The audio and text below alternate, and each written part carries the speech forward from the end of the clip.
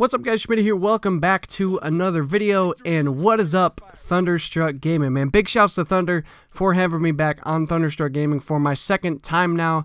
Man, what you do for the Call of Duty community, and especially us smaller YouTubers, is absolutely amazing, man. I really do appreciate you putting me on the channel for today. But today, guys, we're going to be talking about Call of Duty World War II. You guys have some gun gameplay in the background, and then it'll be followed up by some free-for-all gameplay right as soon as this is done. And we're going to be talking about Call of Duty World War II today, and what I think Sledgehammer's biggest mistake was. And, you know, people like to hate on this game, and people like to hate on Call of Duty in general. But overall, I think this game was done very well. I still enjoy it for the most part. But that's not to say it goes without its criticism. And one big thing, I think, kept this game from being a lot better. And you guys, as always, can feel free to let me know your thoughts down in the comments below. But where I think Sledgehammer went wrong with Call of Duty World War II mainly is their thing that they're really known for. Sledgehammer Games is known for innovating in Call of Duty. You guys look back at Advanced Warfare, they brought in the Exo movement, they brought in the supply drops, they brought in the weapon variants. They're the ones to add that stuff into Call of Duty, and you know, World War II is no different. You guys know with war mode, with headquarters, with all that kind of stuff, they're the innovators with Call of Duty. They like to bring in new content into Call of Duty, and it keeps it fresh, it keeps it going very well, and what they do is key to keeping Call of Duty going. Adding new stuff is what keeps the franchise alive and going, and you know, throughout the years, because otherwise it'd be the same game over and over for the most part. And you know, war and headquarters are both great things to bring into Call of Duty, and I think overall, you know, even though there's been some bugs here and there, you guys know, with headquarters not working great for about the first month, and then we had the announcer issues with war mode. But you know, those things aside, I think both of those additions have been very good for Call of Duty World War II, and I think they fit very well into this game. But where I think they went wrong is with those additions, it seems as though they've taken stuff away to allow those things to be put into the game. So with war mode, you guys know we have 9 core multiplayer maps, 10 if you count Carrington, and on top of that we have 3 war maps that came with the launch of the game. And with the first DLC pack, the Resistance DLC coming out here in a couple weeks for PlayStation 4, we are going to be getting 3 new maps.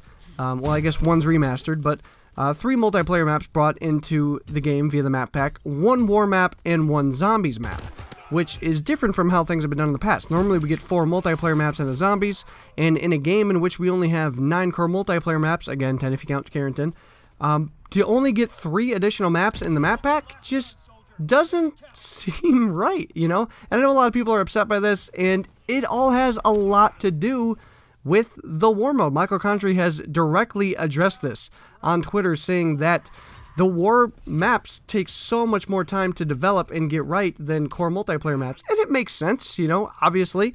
But to me, I think if you're Sledgehammer Games, or if you're Call of Duty, whatever development team you are in general, if you're going to add stuff into Call of Duty, you can't take core stuff out. If we're going to add war, make sure you can add war without making multiplayer suffer in the process. Because what you're doing is, like, if people don't like war, they're really suffering this year. And personally, I enjoy the war mode. I think it's fun, but if I'm being honest, I don't play it a ton. It's not something that I invest a lot of time in. Still, you know, even though I enjoy the mode, a vast majority of my time is still put into the core multiplayer, the TDM, the free-for-all, the kill confirm, search and destroy, domination, all that stuff. That's still where my core time gets put into the game. And so, even for someone that enjoys the mode like myself, I still don't like the fact that by implementing this stuff into the game, that it's taking away from core stuff that we've had in Call of Duty for so long. So in that part, I don't agree with it. If you know, like I've said, if you're gonna add stuff, you cannot take stuff away, especially in something as big of Call of Duty, a big AAA title. For me, there's no excuse for this. And a lot of people say, well, we didn't even ask for war. Yeah, that's true. You know, nobody asked for war. But you know, I don't mind them adding it. My biggest issue is that if it's taking away from stuff that we've had in Call of Duty for so long, That's where my problem lies. Because if, you know, personally for me, and like I said, I enjoy the war mode, but if we had to give that war mode up for another 3, 4, 5 multiplayer maps, and praying to God to be good maps, because, you know, the 9 that we have right now aren't the greatest, but if we were to do that in the game this year, you know, I would make that trade personally, and I enjoy the war mode. Like, that's how much I really don't like, you know, having to take away from core content in this game. And getting to headquarters, you know, personally for me, like, it's really cool, but after about the first couple weeks, like, I don't even like it being there anymore, if I'm being perfectly honest, because there's this whole social score thing implemented into the game, right? And personally for me, like, I just open my supply drops in the menu. I don't even bother going to headquarters. It takes like a minute and a half for the freaking thing to load. And for me, like, I just don't even bother going to, like, there's just nothing new in there. And I know throughout the year they're going to add cool new stuff into headquarters, but again, even after that stuff's added, after the first couple days, like, I don't want to have to take the time to go through all that stuff to do things like daily orders and, like, you know, contracts and do all that stuff. I don't want to have to do all that through headquarters. Just let me do that through a menu. Personally, for me, is the way I would rather have it. But you guys can feel free to let me know down in the comments what you guys think about all this stuff. Again, this is my main takeaway from this, is that if you're going to add stuff into Call of Duty, which I think is a very important thing, don't take away from core content. That's just my biggest thing with this game. But getting into some of the gameplay, guys, and I do apologize for the notification spam that's on the screen right now. I had some buddies that really wanted me to play PUBG. But anyway, getting into the gameplay, I'm using the combat shotgun here on Arden Forest. First of all, not something that anybody really should be doing, because Arden is just kind of too big of a map for a shotgun, but I guess a free-for-all works out pretty well. But I'm not even running the Expeditionary class, you know, with the incendiary shotgun shells or anything. I personally am not a big fan of those. I just don't like having to put them in every single time you spawn in or any of that. I'm just not big about that. And this thing, as you guys saw right there, has plenty of range. You know, I really still to this day don't understand why I got buffed a few weeks ago. But it's got plenty of range. It's a very, very good shotgun. And as you guys will see, I do very well with it. I really do enjoy using it, but I definitely hate getting killed by it, because I think it's pretty OP for a shotgun. But man, this freaking sniper right here, I don't know if you guys were paying attention to the couple clips he got me with. Oh my goodness, it felt good to be able to do that to him after the couple clips he just put on me, man. I still stick by sniping. It needs to get nerfed, especially that car. Oh my goodness, that car 98. Thunder, you're not alone, man. That car 98 poops on me all the time, and it is so frustrating to have happen.